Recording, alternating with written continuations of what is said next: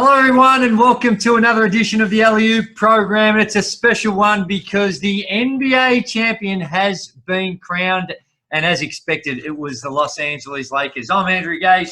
This is Leonard Copeland, and we've got an exciting program to break down all the goings-on, not just in the NBA championship series, but also what took place in the bubble. It's been an extraordinary display by the NBA, the way they've been able to overcome all the chaos and the fear and the social implications of what's taken place over the last 4 or 5 months to put together a bubble like they did and present the NBA at its finest. It was a spectacular display by them, and we're going to break that all down along with the great, the legendary, the superstar, and the very attractive Leonard Copeland. Copes. Exciting times in the bubble, but more exciting times in Los Angeles. More exciting times is right, and the best team won the championship. The Lakers came out and played well. I know you got a grin on your face. You're happy as Larry. You said it all year long, and I'll give you credit. You said the Lakers were going to win it.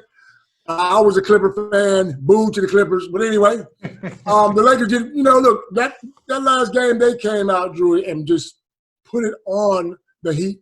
I've always said this: experience over talent, and you could, as you could tell, Rondo and LeBron James, who has probably more experience than anybody, really showed their talent and really showed their worth. Well, they certainly do. And before we get into it, we just want to pay homage to our sponsor. Manrags have been on board the last few weeks. The greatest in underwear and socks. The combination of the two, silky smooth. They're a beautiful silky thing. Smooth, brother. You just slide them on or slide them off. They certainly do. Well, and for our listeners and those that are jumping on, whether it's through YouTube, the viewers, whatever you may be, still a 20% opportunity to get some Manrags, some of the finest underwear that are all from recycled fabric as well. So it's not only feeling good and looking good, but doing good things and helping out the environment. So jump on manrags.com.au, put in the code of Alley-Oop, and you get a 20% discount. They've been fantastic support for us. Copes, you mentioned it with that last game. It was complete dominance. Yep. By the Los Angeles Lakers right from the start. After Game 5, like it was after Game 3, we thought, hello, we have got a series. The Miami Heat were fantastic, and Jimmy Butler was nothing short of spectacular in another incredible performance, and snuffed out an outstanding performance by LeBron James, who had 40.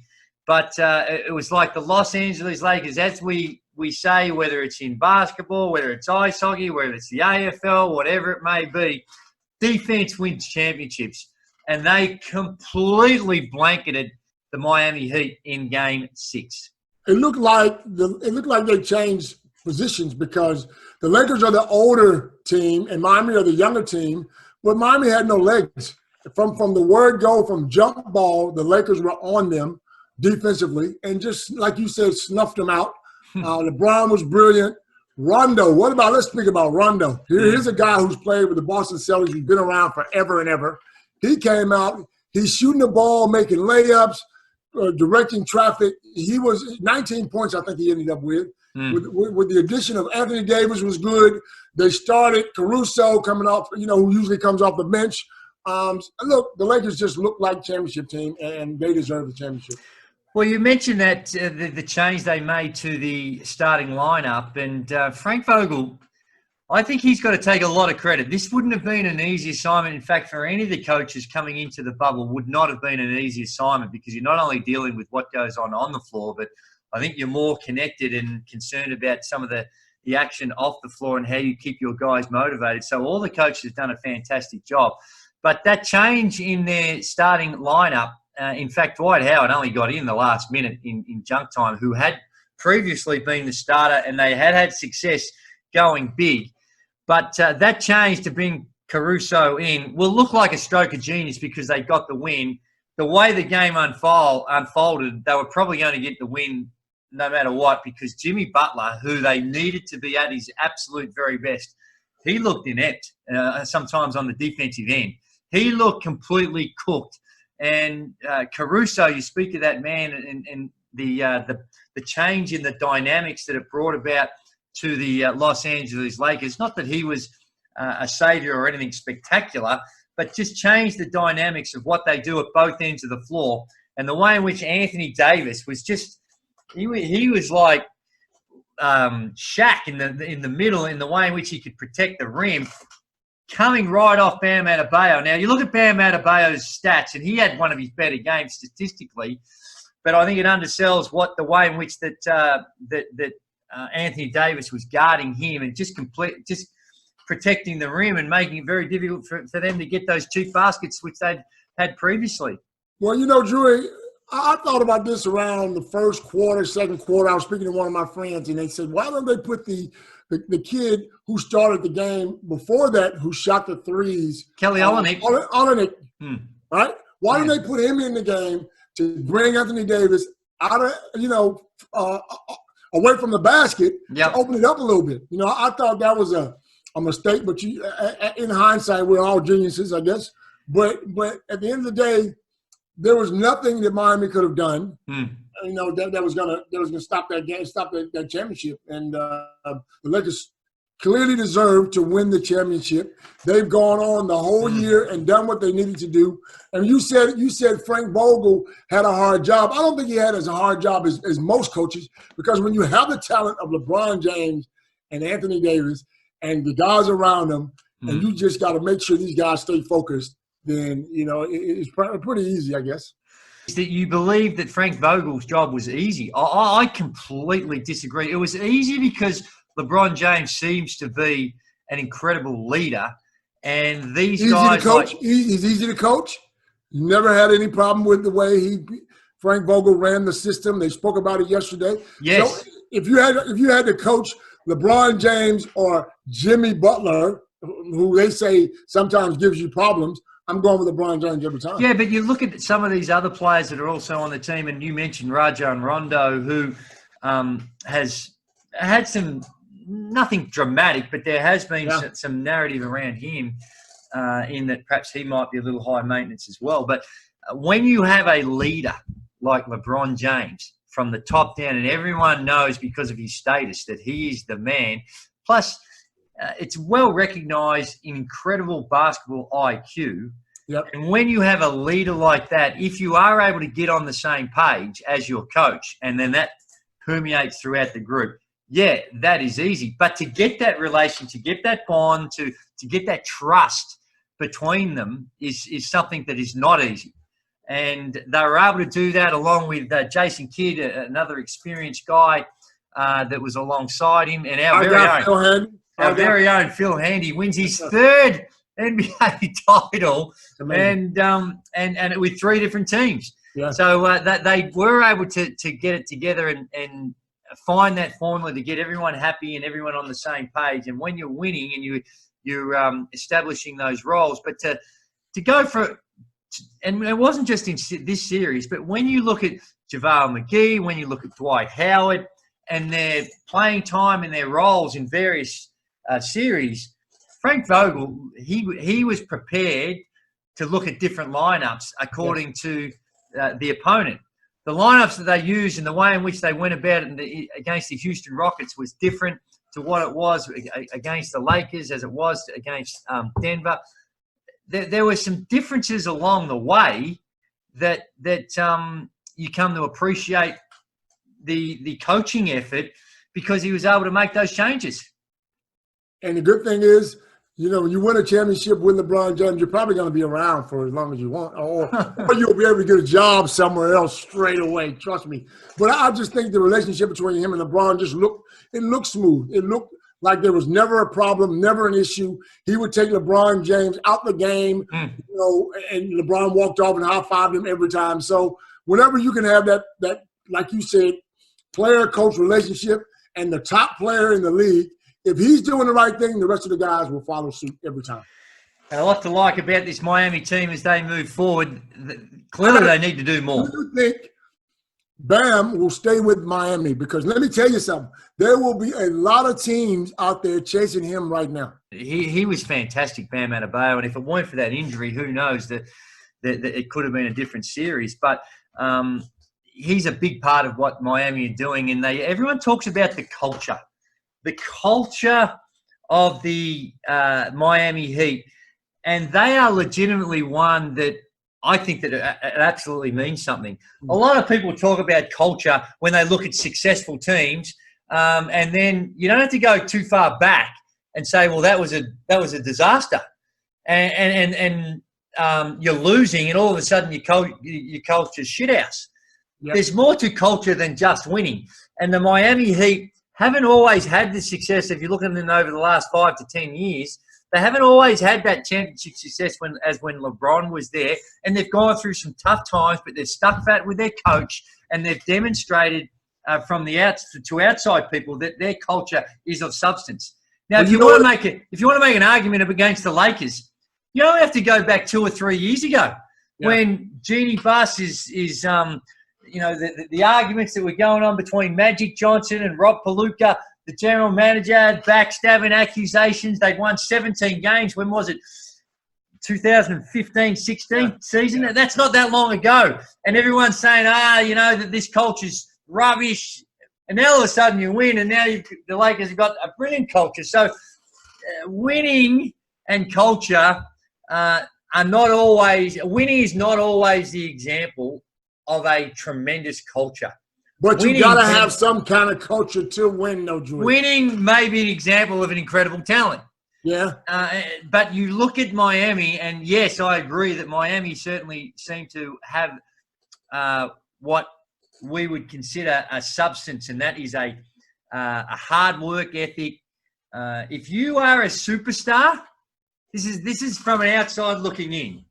If you are a superstar that's not interested in being called out, and is not interested in being held to an account for your actions both on and off the floor, and you are a superstar that thinks that you can run a program or that you can set the agenda of a program, the Miami Heat is not for you. That's how it looks to me from the outside. Well, Pat Riley is going to do he's not going to tolerate things no matter who you are. Eric Spoelstra comes from that Pat Riley mold, and from the top down, it's served him well. Well, Pat Riley's always had that reputation. He ain't playing. You have to give him his respect when you walk on that court for Miami, because Pat Riley's done it with the biggest superstars in the league. So he has that respect. Now, what I see though for Miami is it looks like they've gone out and recruited or brought in a bunch of younger players who it's easy now, Drewy, to say, you're going to do it this way or that way. Sometimes, and as we know, sometimes when you go out and get the veteran guys who sort of do it their own way, who are making tons of money, they don't want to hear that from the coach. They think they know better. So it's easier to coach a bunch of younger guys who are hungrier, who want to listen to the coach, who want to fall in line, and who are talented, like a Bam or a Hero or a Duncan. And Duncan Robinson right now, yeah. Oh no, they're not ruined. They haven't been in the system long enough to know that they can call the coach out. You understand what I mean? So when you got guys like that on a team, and they're all hungry and they're listening to the coach, then you know what? I see this team being in the finals or close to the finals every single year because of the way they play. Well, if they're able to keep it together, and that is the challenge, Miami Heat need another more talent in order to get over the hump. And some would say, well, sometimes your timing is right, and they overachieved.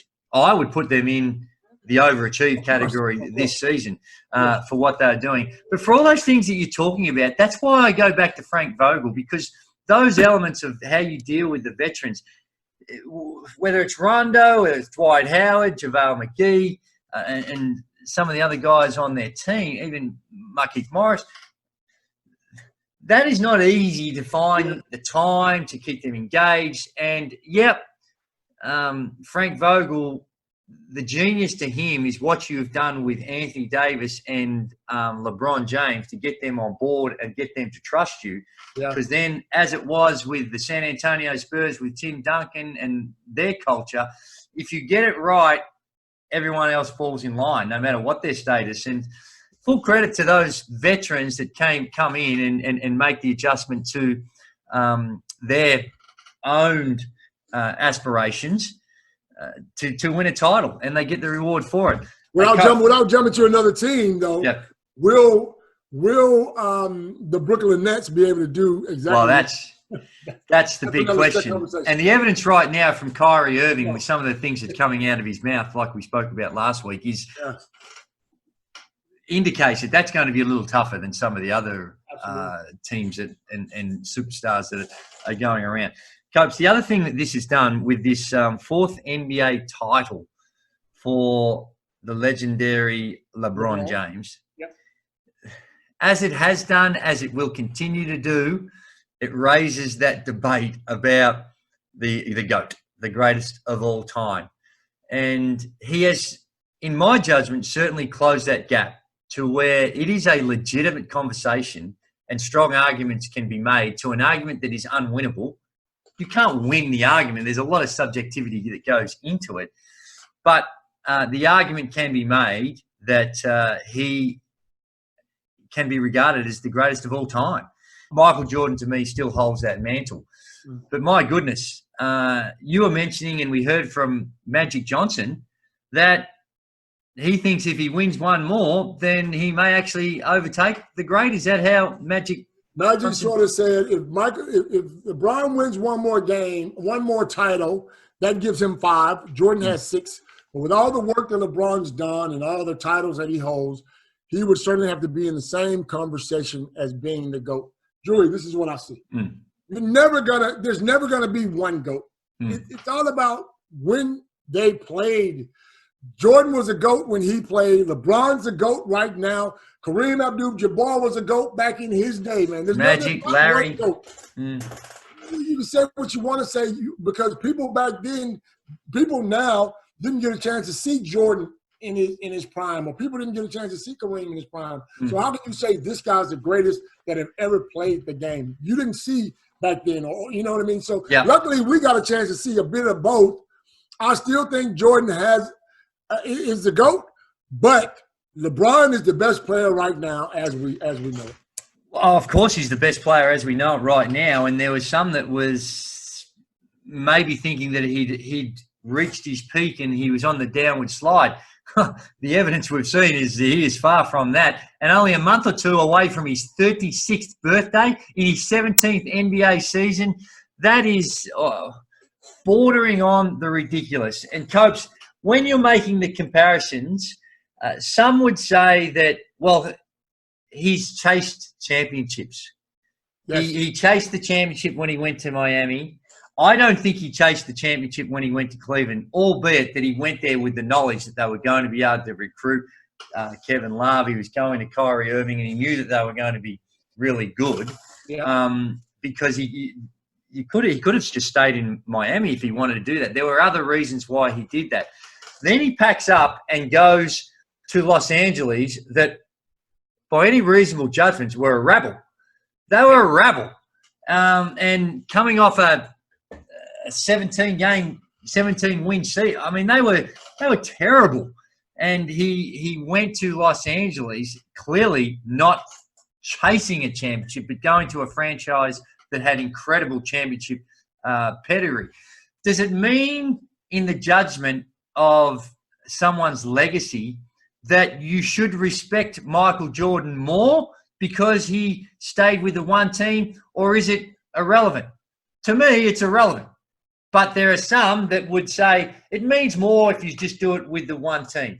How say you, Leonard Copeland? I'll say it doesn't matter, Drewy. The rings are the thing. I mean, to me, Jordan won 6 MVPs. I honestly think if LeBron hangs around for another couple of years, he might get to 6. Who are we to say? He's probably, if the team stays, Magic Johnson said this. He said, if this team stays together and you add one more piece, who's to say they can't win it again? And I agree. They're strong, they're talented, they got a great coach. LeBron James, like you said, is 36, but he doesn't play like he's 36. Okay, you put another player alongside LeBron James with Anthony Davis, you give them another chance. But I still say it doesn't matter how you get them, where you get them. If you have the rings, then you've proven that you're a bloody champion. So of course, but Magic's comments that he was needing LeBron to win another championship before, in his mind, well, I'm paraphrasing, before he is worthy of that conversation. Category is Jordan. Yep. If you get there, I don't buy that. I think that's disrespecting the fact that he's been to 10 final series. But he hasn't won 10, Drewy. Michael never went to, but just to get to what I'm saying, just to get to 10. But and there are legends that have gone by in the past that we all recognise for their greatness that never even won one championship. But in that same argument, you're saying getting there. But then, if I'm listening to you correctly, he got to 10 championships. But again, you just spoke about it. We could easily say he went to different teams that were already suited to win championships just to make the championship. Well, the Lakers weren't that. The Lakers weren't that. And I guess you could make the argument that Cleveland was in a very healthy situation that he was going there, but he still had to do some building. There was still some things that needed to be done, but they were always going to be great because of the talent that was going there and picking up Love and some of the other peripheral players that were already there.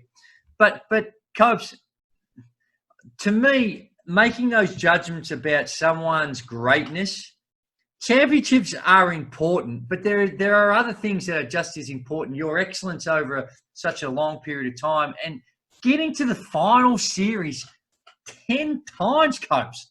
10. I mean, that is... Some people look at it as being a failure. You get there and you don't win. Well, that's ridiculous. That's my point. Let me tell you something. Yep. No one cares about second place, Drewy, in the NBA. They want to know if you win a championship, you're glorified. If not, then we're talking about Miami, but Miami, we'll see them next year. Well, then, if that's the case, there's a lot of players we need to strike from the record. Well, we can look at LeBron as being a failure if he's gotten there 10 times and he only has 4 rings. Well, I don't agree with that. He's failed 6 other times. Yeah, I don't agree with that. I don't think. Yeah, I don't think failing is not losing a final series. You failed in that. It is in his eyes. It is in his eyes. He thinks. Because if you make it there, you're good enough to make it there, you should be good enough to win. Yeah, but the greatness to get there, and we all know, Copes, that as great as LeBron is, you need people around you. If Kobe doesn't have Shaq next to him, if Kobe doesn't have Pau Gasol next to him in that second run that he makes, if the great Michael Jordan, God love him and he's my hero, and yes, to me he's the greatest of all, if Scottie Pippen ain't there, he hasn't got 6 rings. True. Let me tell you something. If you're going to call him the GOAT, don't make excuses on the other end. He got there, but he just wasn't good enough to win it. Nah, if you're going to call him the GOAT, he has won it. He has to be good enough to win it, bro. Copes, I'm with you, but don't call him the GOAT then. 10 for 10, he's the real Billy GOAT. Right now, he's 4 for 10. All right, there you go. If you had a 110, but there's more to it. When you've won 4 and he's won 6, okay, 6 is better than 4, but there are other things that you can do that aren't related to the actual championship that can enhance your Here's my argument, and I hate to say this, and I'm going to say it, and you ought to know it. Back in the day when Jordan played, was the NBA a little bit rougher? Did they let guys play a little It was a different style of play. Yes. Did they change the defenses for one particular guy? The Jordan rules. Yes. Well, there was certainly an approach that the only way you can beat Jordan is if you bash him up. Yes. Yes. So now let me ask this question: watching LeBron James today and Jordan back in the day, and the way, and I love LeBron, LeBron cries about getting fouled when a fly lands on his ear. Do you think LeBron would have been in the same category as Jordan back in the day? He couldn't handle it, Drewy. Don't give me that. LeBron is great. He's the best player right now. I'm giving it to him. But LeBron James cries and sucks like a baby. 6'8", 450 pounds. Come on, Blake. Come on, Oh, so this is good that you go that way, because I think that is ridiculous. So It's not his fault. It's not his fault that the rules are the rules. The rules now, the game is played differently. He's not the way in which the game is officiated. That's not his fault. Okay. Let me ask you this: if Jordan played today, same Jordan shoes, he'd average more points. Do you think he average more points? Do you think perhaps he might have more championships? I don't think he'd have more championships, but he would have more points. He's statistically more categories. His numbers in those categories would be greater. Yep, I agree. But that's not LeBron's fault. If the Bulls played today in Yes. the NBA with Rodman, Pippen, Jordan, we'll put your boy in there, Luke Longley, Ron Harper. If those 5 guys played today, Yes. without the bang and the physical attributes of the game, who do you think they would have made a championship? Oh, of course. No, All of right, course. Steve. That's all I'm saying. But I think it still would have been a hell of a battle against LeBron and Davis. That still would have been a hell of a battle. So you're picking the Lakers right now against the Bulls. You're saying the Lakers would have won that series? No, but I'm saying it'd be a hell of a contest. Mate, it wouldn't have been a contest, bro.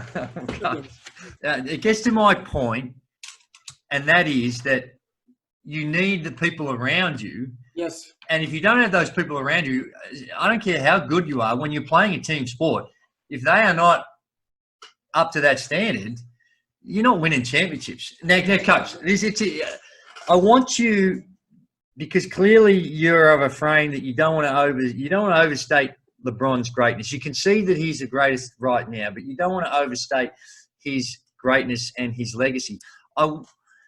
Following the game, LeBron James got the microphone, and in his speech, he said this. Respect.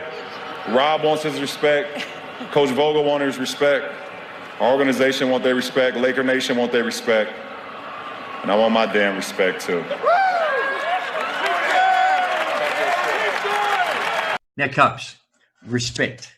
I think he's talking to people like yourself that maybe don't give him the accolades that he deserves. He got look at the MVP voting this year. Yep. And I think statistically the argument for Giannis Antetokounmpo, you can't argue with him. But I think LeBron, where he's talking about respect, he's saying, well, hang on. Well, let's not take anything away from Giannis Antetokounmpo. But should I be this far away? What was it? It was 85-15 or something in that range of first place votes. Yep. I honestly don't think he should have been that far away. But respect, Coach. Is that what he's referring to? That's what he's referring to. How did you interpret his comments about give me my damn respect? I interpreted it by him saying, fellas, I'm out here I'm doing my best. I'm putting in more work than anybody, and you guys don't appreciate what I'm giving you. Once I retire, you're not going to see another LeBron James. So put some respect on my name, bro. That's what he's saying. Well, who's not respecting him? Some of the media are, because LeBron's been around for 17 years, Drew. They've seen it. He's done it. It's not like he's a phenomenon anymore. He's LeBron James. We know you're great. We know what you can do. So at the end of the day, we want to see something different. 17 years is a long time to be LeBron James. He deserves every bit of respect and more. But what God says, I'm the GOAT. A couple of years ago, LeBron, They all do these days. he quoted himself as saying he's the GOAT. Who says that? I don't know if he ever said that, did he? I'll find it for you. I'll find it for you, and I'll send it to you. He quoted himself as saying, "I'm this." I think when he won the championship in Cleveland or somewhere his last year, he goes, "This puts me in the category as being the GOAT." Copes, Nah, no one does that, Joey. No one does that. the self-adulation is one thing, and I think that is commonplace in the United States in particular. Oh, Coach. just United States is okay. Well, it's more come on, man.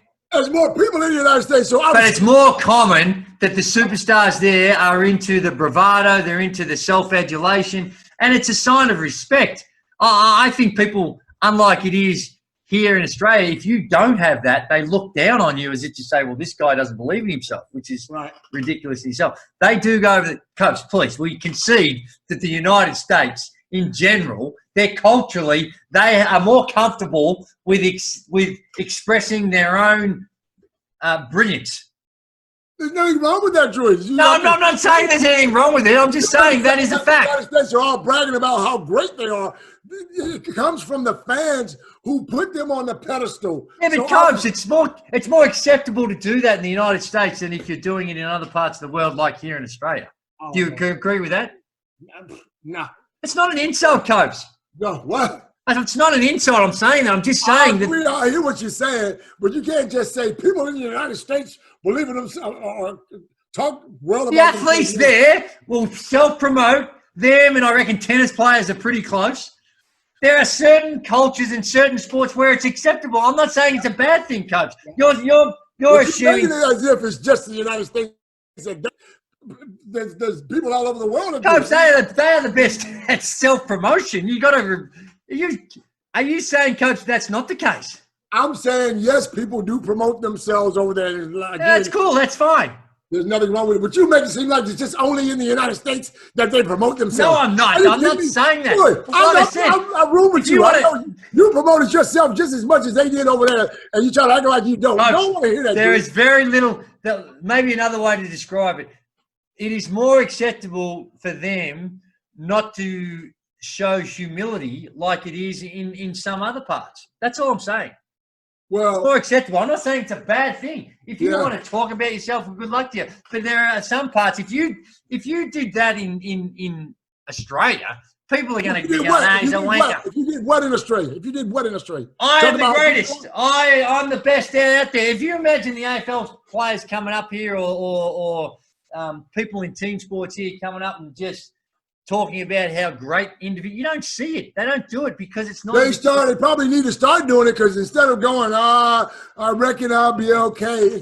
I'd much rather see a guy who's more confident than less confident. Get out of here. Coach, you're projecting it as if I'm saying this as a negative. I'm just saying it is different. Towards the United States as a negative, though. You are. Well, I'm just saying in the United States it happens more often. It's more acceptable. In the United States. So, yeah, we do promote ourselves, but and I understand it's a good thing, but no, I get like people in Australia don't promote themselves. There's still people. Not like that. The Cubs, they don't because it's not accepted here. And then you can say, well, that's a bad thing. Fair enough.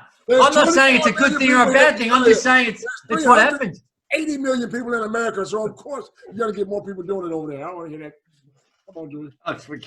We're going off course a little bit, but that strikes me is a little unusual that you see that as offensive. It's not being offensive. No, but I just the way you presented it.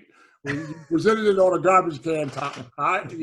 No, not. I'm just saying over there you're allowed to self-promote.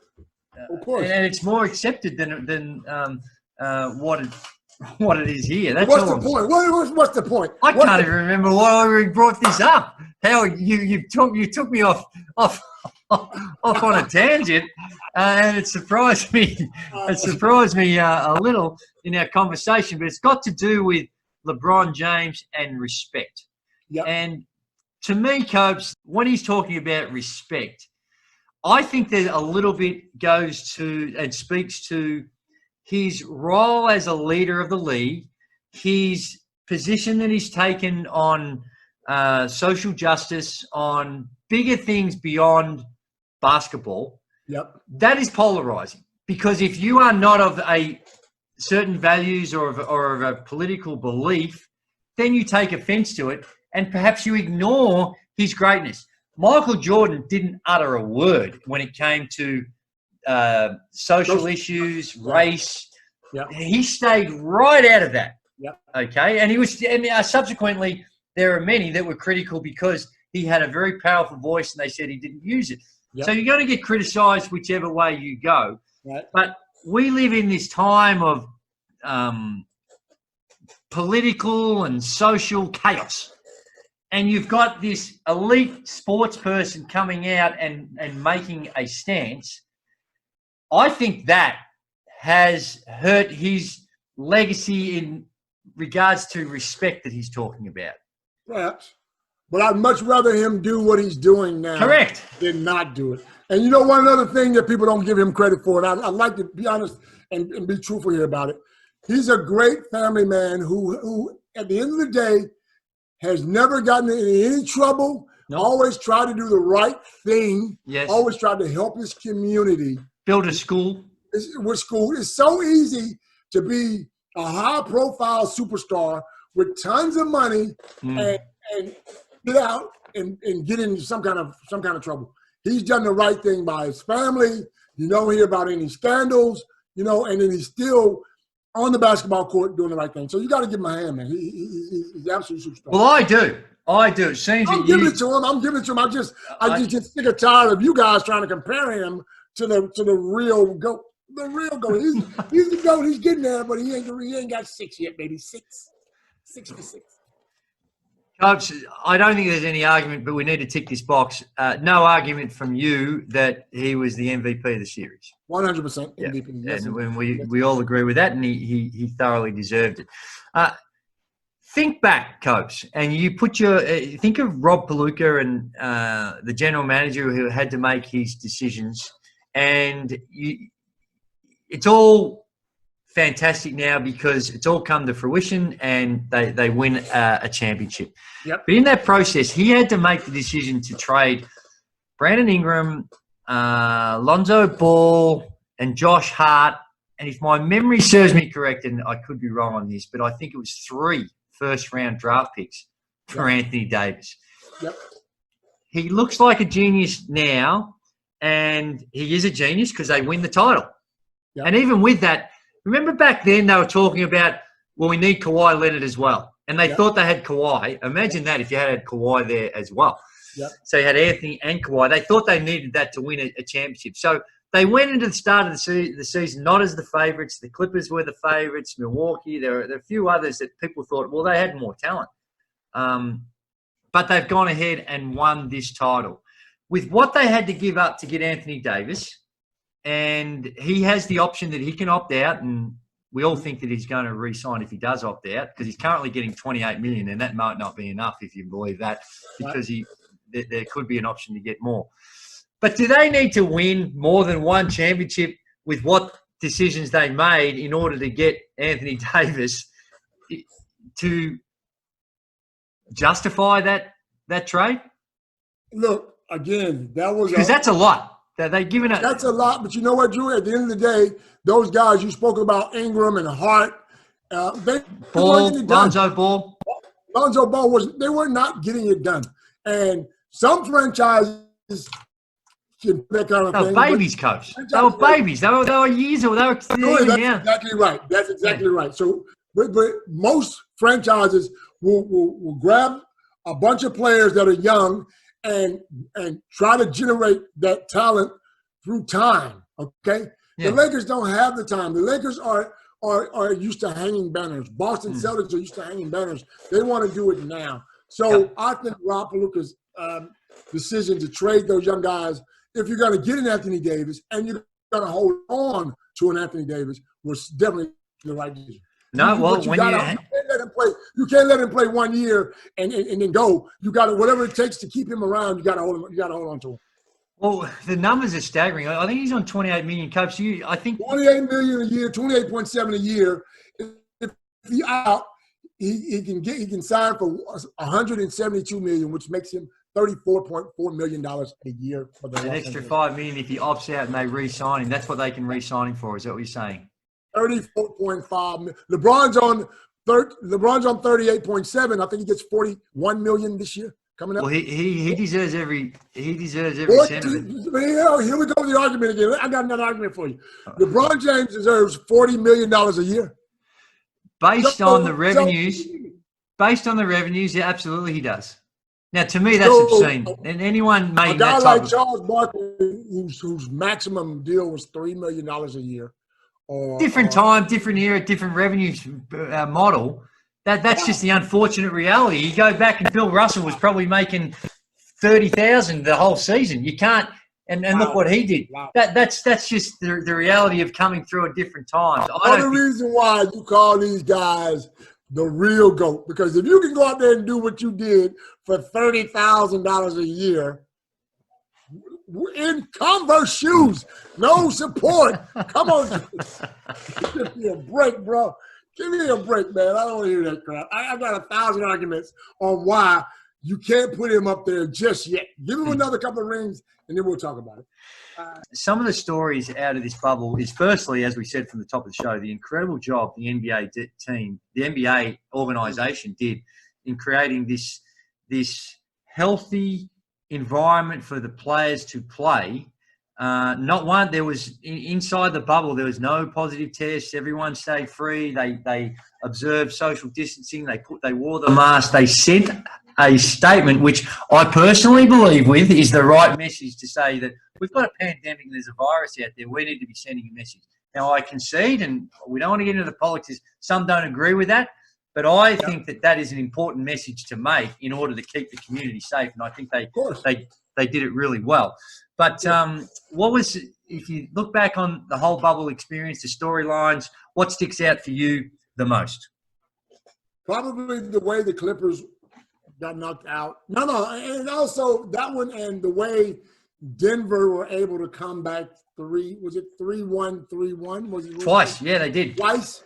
So it made for good basketball, Drewy. I mean, we know, as much as we love the game, we didn't care where they played it, but they actually put their hearts on the line here. And I think the Denver run was amazing. So that one, and probably the way my Clippers weren't able to go on to that championship series, were the two that stood out for me. Well, that's for sure. And I think along with that, the story of the Miami Heat and what they were able to do and their incredible run goes alongside that. Luka, I think, emerged as the heir to the throne.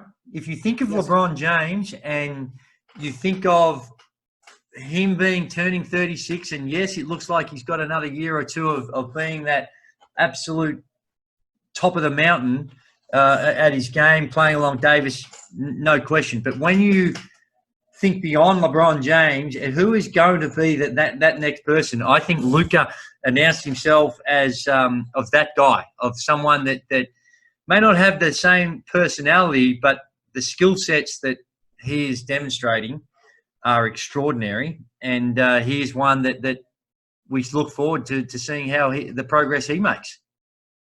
He is an absolute superstar, and the fact that he's a triple-double machine, and it looks so easy, Drew. He's not one of those guys that's running the floor hard or dunking on anybody.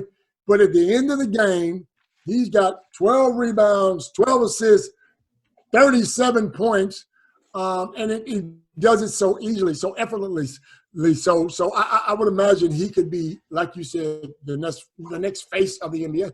Mm. One of the other things that I wanted to get your take on, and you know how much of a LeBron James fan I am, and I love him dearly, and I love the way he puts himself out there, whether you agree with him or not, the fact that he's prepared to put himself out there. Most things about him I absolutely adore. Mm. Am I overreacting that I get a strong sense of disappointment? And you know me, I don't drink and I don't smoke, and look up boring in the dictionary and there's a picture of me. I concede that I don't do those things, and that's just a personal choice. Right. The thing that upset me as I watched that series is I saw LeBron James, and they said the same about Michael Jordan, at the end of the game with a cigar in his mouth. Now, it's a little thing for me, but if I'm a youngster and knowing the power of him and how he influences people, am I overreacting seeing him with a cigar in his mouth and knowing the harm and destruction that smoking does in our community, and seeing, albeit in a moment of celebration, seeing him with a cigar in his mouth? I thought You are overreacting 150% to it, because that's just a part of the celebration that most people are doing today. I've seen a couple of baseball players do it. Cigars are big now in the community for whatever reason. I don't know. Coach, it kills people. You know, it kills people. Of course. Alcohol kills people. Of course. It does. Alcohol. So champagne can kill someone. Well, alcohol, there's the difference. Yeah, I hear these arguments. That's right. There is no difference. So, well, there is a difference, but I don't think we need to get in those arguments. Right. Well, at the end of the day, I think we put LeBron on a pedestal for all the good things he does. He's allowed, if he chooses, to smoke a cigar afterwards if he thinks it makes him feel good for a hard year and for doing the right thing. No one's perfect. No one is perfect. No one is perfect. At the end of the day, it's hard for you to say, LeBron, you can't do that. Or LeBron, you should be doing that. Well, I'm not actually, Coach, I don't want to tell LeBron he can't do it. I just want him to do that. If that's the way he thinks is a demonstration of celebrating, do that part in private. Because we don't want someone that wins their year 10 high school championships. We would hope not. That want to emulate these people. And where's the cigar? This is what LeBron James does. And that's where I think you're overreaching right now, because that's where your parents should come into play. If you're in year 10 and you're smoking a cigar, then you got a problem at home and not on the basketball court. Because year 10, I got daughters myself. Year 10, they don't even know how to spell the word cigar, bro. You understand what I'm saying? So it really comes down to the way you bring your kids up. And I think at the end of the day, I'm sitting here arguing for LeBron. He's done all the right things. And if he wants to drink some champagne and smoke a cigar to celebrate his achievements. Yeah. And don't get me wrong, I'm not saying he shouldn't do it. I just think that's when you're engaging in activities. Jordan did it. Yeah, I know. Guys back in the 60s smoked cigarettes at a halftime. And then a lot of people died because of it.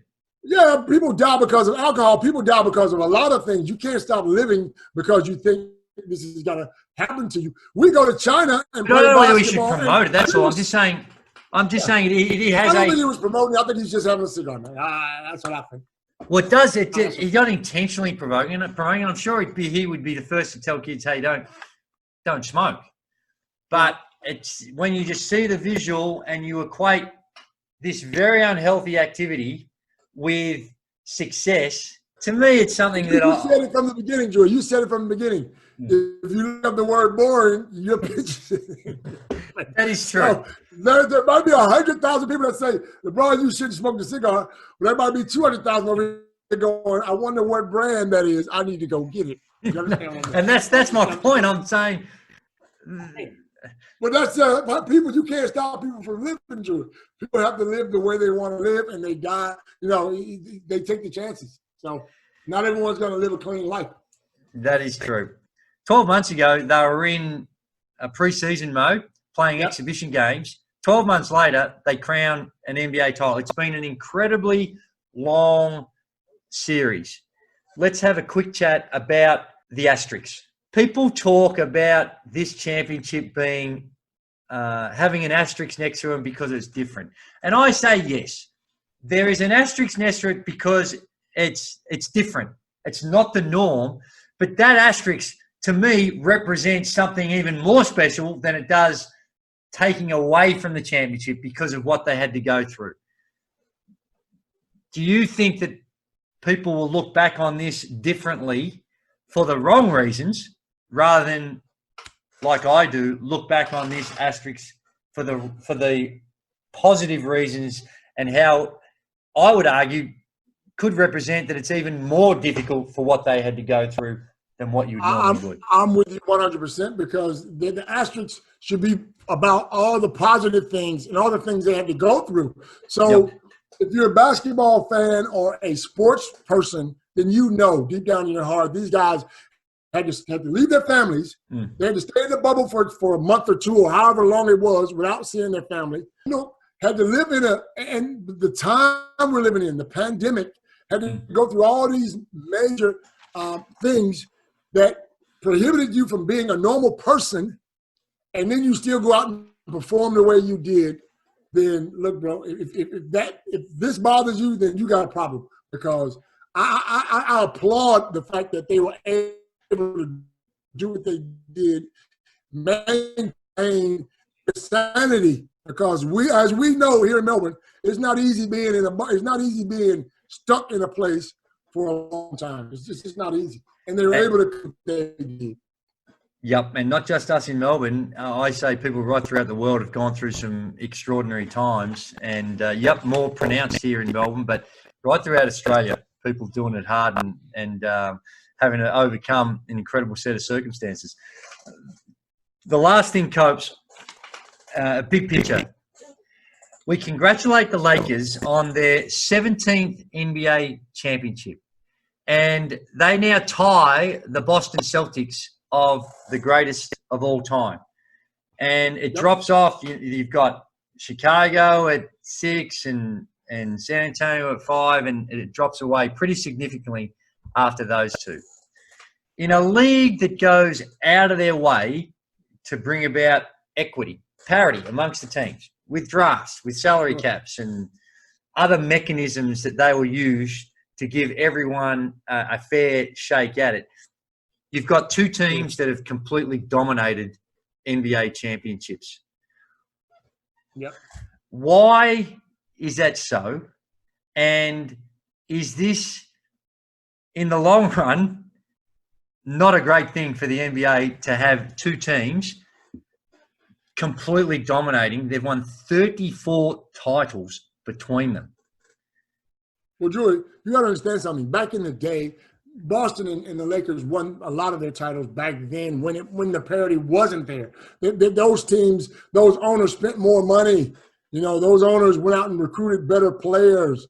And so I think it's unfair to say that they, you know, that they're the two teams that are dominating. Well, they are. We know that. They have. We know that. But a lot of the championships were won back in the day. Now, again, that's not the Lakers' fault or Boston's fault. The NBA, like you said, have done a good job of making sure everyone abides by the salary cap and everyone gets the same money. If you don't have the right people in place to go out and recruit the right players, then that's your fault. We can't blame the Lakers for that. We can't blame. No, I don't blame him. What I'm doing is asking, we've seen it in recent times with the loosening of some of those restrictions, that if you're some of these small market teams, are you, despite all the rules and regulations, are you ever going to get a chance to win a title? How do you fix it, Drew? How do you fix it? How do you fix it? I don't have the answer. I'm just putting forward the reality of the statistics. I think it's quite extraordinary that you've got these two teams, and we've seen it in other leagues throughout the world that don't have these restrictions of drafts and salary caps and other try to put restrictions on player movement, and teams will dominate certain leagues. But for all those efforts that they make to try and bring about some sort of equity, in the long run, you could argue is going to be to the detriment if you can't find that. I don't know what the answer is, but if this is ongoing and you continually have the only a few seemingly having legitimate chances to win a title, it's not a healthy situation. Now I think we're a long way away from that, but it is interesting.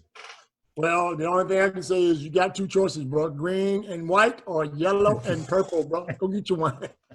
Go get you one. Go get you.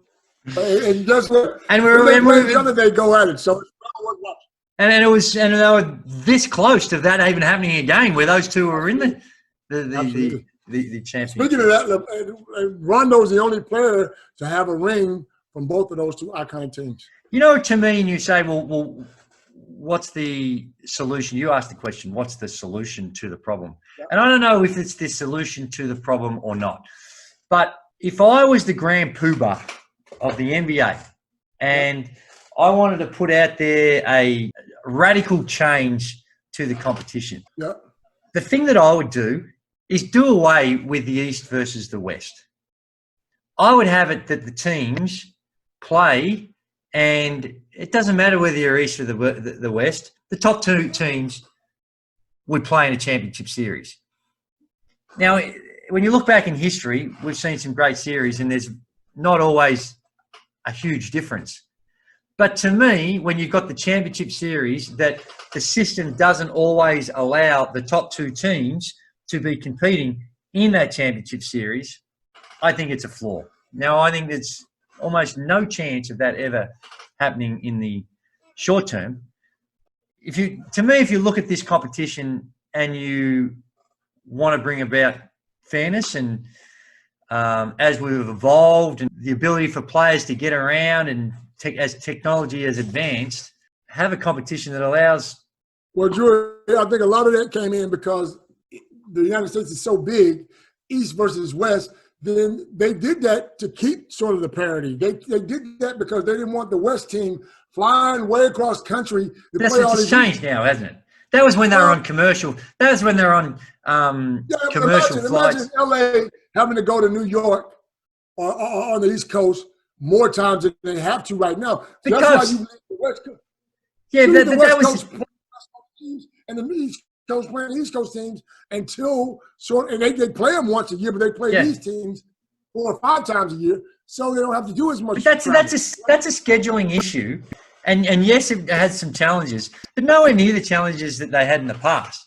Copes, these guys, they're in private planes with all the sports science and technology. I don't buy the fact that really is a relevant argument, as relevant these days as it was back then. Previously, 100%. That's probably why they started it back then. That's what I'm saying. Mate, these guys get in the plane straight after the game. They've got their spacesuits on. They recover, and you still got to work out your scheduling. But to me, those problems can be overcome. And these teams are resting players, will have been resting players anyway. So I just think that working towards a time where it's not the East and the West, that it's the NBA, and you have the best teams in the competition playing in your finals, that to me would be a better day. But I know that there would be strong arguments against it as well. 100%. Hey, Copes, it's time to wrap things up. It's been a wonderful journey we've been on, and our arrangement with the No Filter Media organisation will come to a conclusion at the end of this series. Now, we'll be back at some point in time, but I think you and I have earned a hard-earned rest. A hard-earned rest. You know? I feel like LeBron. I need a cigar, but I shouldn't say that. But I feel like LeBron, man. We've worked hard. 15 episodes, Drew. That's 15 weeks of hard work. And even beyond the 15 episodes that we put together, all the interviews and the people that jumped on board to try and find a little bit of entertainment for people stuck at home and going through some tough times. That's, in all honesty, to our beautiful audience out there, that's been one of the motivations. We are certainly not getting independently wealthy from doing this humble little podcast called the LU Show. But we're doing it because there was a genuine desire to have a bit of fun, have a chat, and hopefully we engage with the audience. And we hope that our audience, albeit a niche audience at this point in time, let's hope that they enjoyed the experience and we certainly enjoyed a little bit of the feedback we've got along the way. We've enjoyed putting the show together, and we look forward to catching up with people again on this show in a few weeks' time when basketball comes back on. It's going to be a quick turnaround too, Copes, because although the NBA hasn't decided when their season's going to be starting, but in late January we've got the NBL coming up, and we want to be jumping on board there. The WNBL. Get around the WNBL in Queensland the state of Queensland for helping out the WNBL. We've got that season 6-week series. Fantastic. Well done to Basketball Australia and all those in the WNBL for putting together a program where the girls can have an elite level competition in this COVID environment that we live up there in Queensland. The Queensland government, fantastic news. Looking forward to watching the WNBL. And then the NBL and the NBA coming back on. It's going to be still good times ahead. So it'll be a brief hiatus that we take just to recharge the batteries and have a good hard look at ourselves and see if we can't come back better and stronger next time, Copes. I just want to thank all the listeners who spent time putting up with me and you. I know it's been hard, but look, we're trying to get better at every episode. I want to thank Shay and Steve at NoFilter.media. Those guys have been fantastic the whole time. Drewy, I want to thank you for being professional and getting the job done, bro. Thank you, my brother. I know it's been tough putting up with me, but I'm American, and we do like to talk well about ourselves. If I'm listening to you, all right, let me know. All right, so it's been fun. We'll be back soon. Hang in there. We want to thank our sponsor. Manrags. Manrags, which has been fantastic. Keep the gear coming, bro. I love it. Yes. Keep it coming. All right, so. And then it's one thing to have a sponsor, but a sponsor that's prepared to give to our audience 20% off if you go on manrags.com.au. Jocks, socks, Christmas coming up. Make a purchase, and on behalf of Copes and I, you get 20% off for the alley-oop. Just put in alley-oop in the code. So when you get your socks and jocks, just think about me and the great man. When you slide them on, just think about it. Just when you put that on, you start to feel a little bit silky and you start to get that swagger. Hey, just think of LeBron and Drewy and what we've been able to bring. Hey, it's been fun. It's been difficult times. We hope that everyone stays safe. Enjoy a little bit of a break from the hoops. And I'm already counting down the sleeps until the NBL, WNBL, and the NBA start up again because we enjoy it that much. But on behalf of Leonard Copeland and myself, we thank you for your company. And we'll catch up with you in the not-too-distant future. Until then, all the very best. Stay safe, and bye for now. See ya.